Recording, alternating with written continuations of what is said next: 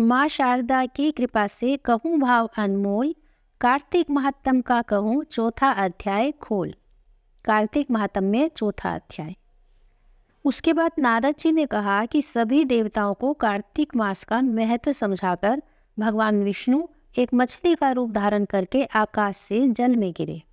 उस समय विंध्याचल पर्वत पर तप कर रहे महर्षि कश्यप अपनी अंजलि में जल लेकर खड़े हुए थे और भगवान मछली के रूप में उनकी अंजलि में ही जा गिरे। महर्षि कश्यप ने दया करके उस छोटी सी मछली को अपने कमंडल में रख लिया, लेकिन वह मछली बहुत ही शीघ्रता से अपना आकार बड़ा करने लगी। जब मछली के थोड़ा बड़ा होने पर महर्षि कश्यप ने उसे कुएं में डाल दिया।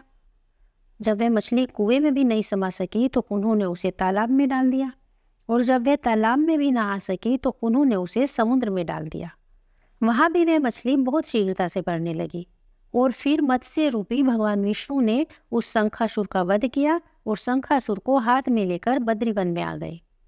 और उन्होंने वहां पर उपस्थित सभी ऋषियों को बुलाकर उन्हें आदेश दिया कि हे मुनीश्वरों, तुम जल के भीतर बिखरे हुए वेद मंत्रों की खोज करो और जितनी जल्दी हो सके उन्हें सागर के जल से बाहर निकाल कर लाओ। तब तक मैं देवताओं के साथ प्रयाग में ठहरता हूँ। उन तपोबल से संपन्न महर्षियों ने यज्ञ और बीजों सहित संपूर्ण वेद मंत्रों का उद्धार किया। उनमें से जितने मंत्र जिस ऋषि ने उपलब्ध किए, वही ऋषि उन बीज मंत्रों का उस दिन से ऋषि माना जाने लगा। उसके बाद वे सभी ऋषि एकत्र होकर प्रयाग में गए। वहां उन्होंने ब्रह्मा जी सहित भगवान विष्णु को उपलब्ध हुए सभी वेद मंत्र समर्पित कर दिए। सब वेदों को पाकर ब्रह्मा जी बहुत प्रसन्न हुए। उन्होंने देवताओं और ऋषियों के साथ प्रयाग में अश्वमेघ यज्ञ किया, और उस यज्ञ के समाप्त होने पर सब देवताओं ने भगवान से निवेदन किया कि हे देवादिदेव जगन्नाथ, इस स्थान पर ब्रह्मा जी ने खोए हुए वेदों को पुनः प्राप्त किया है, और हमने भी यहाँ आपके प्रसाद से यज्ञ भाग पाए हैं।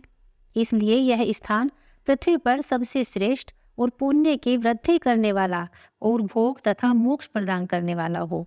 साथ ही यह समय भी महापुण्यमयी और ब्रह्मघाती आदि महापापियों की भी शुद्धि करने वाला हो, और यह स्थान यहाँ दिए हुए दान को अक्षय बनाने वाला भी हो, ऐसा आप हमें वरदान दीजिए।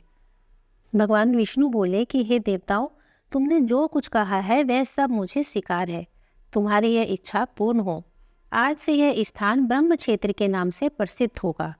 सूर्यवंश में उत्पन्न राजा भगीरथ यहाँ गंगा को ले आएंगे, और इसी स्थान पर गंगा सूर्यपुत्री यमुना से मिलेगी। ब्रह्मा जी और तुम सब देवता मेरे साथ यहीं निवास करो। आज से यह तीर्थ तीर्थराज के नाम से विख्यात होगा। तीर्थराज के दर्शन से तत्काल सारे पाप नष्ट हो जाएंगे।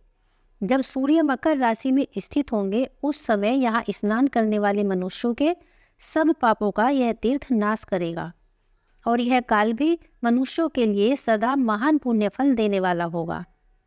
माघ के महीने में सूर्य के मकर राशि में स्थित होने पर यहाँ स्नान करने से सालोक्य आदि फल प्राप्त होंगे।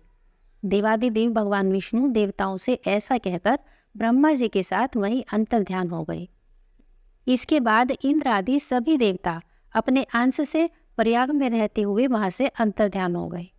जो मनुष्य कार्तिक मास में तुलसी जी की जड़ के समीप श्री हरि का पूजन करता है, वह इस लोक में संपूर्ण भोगों का उपभोग करके अंत में वैकुंठ धाम को जाता है। बोलिए भगवान श्री हरि की जय, तुलसी मैया की जय।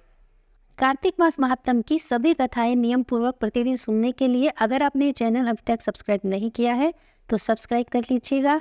हरे कृष्णा, राधे राधे।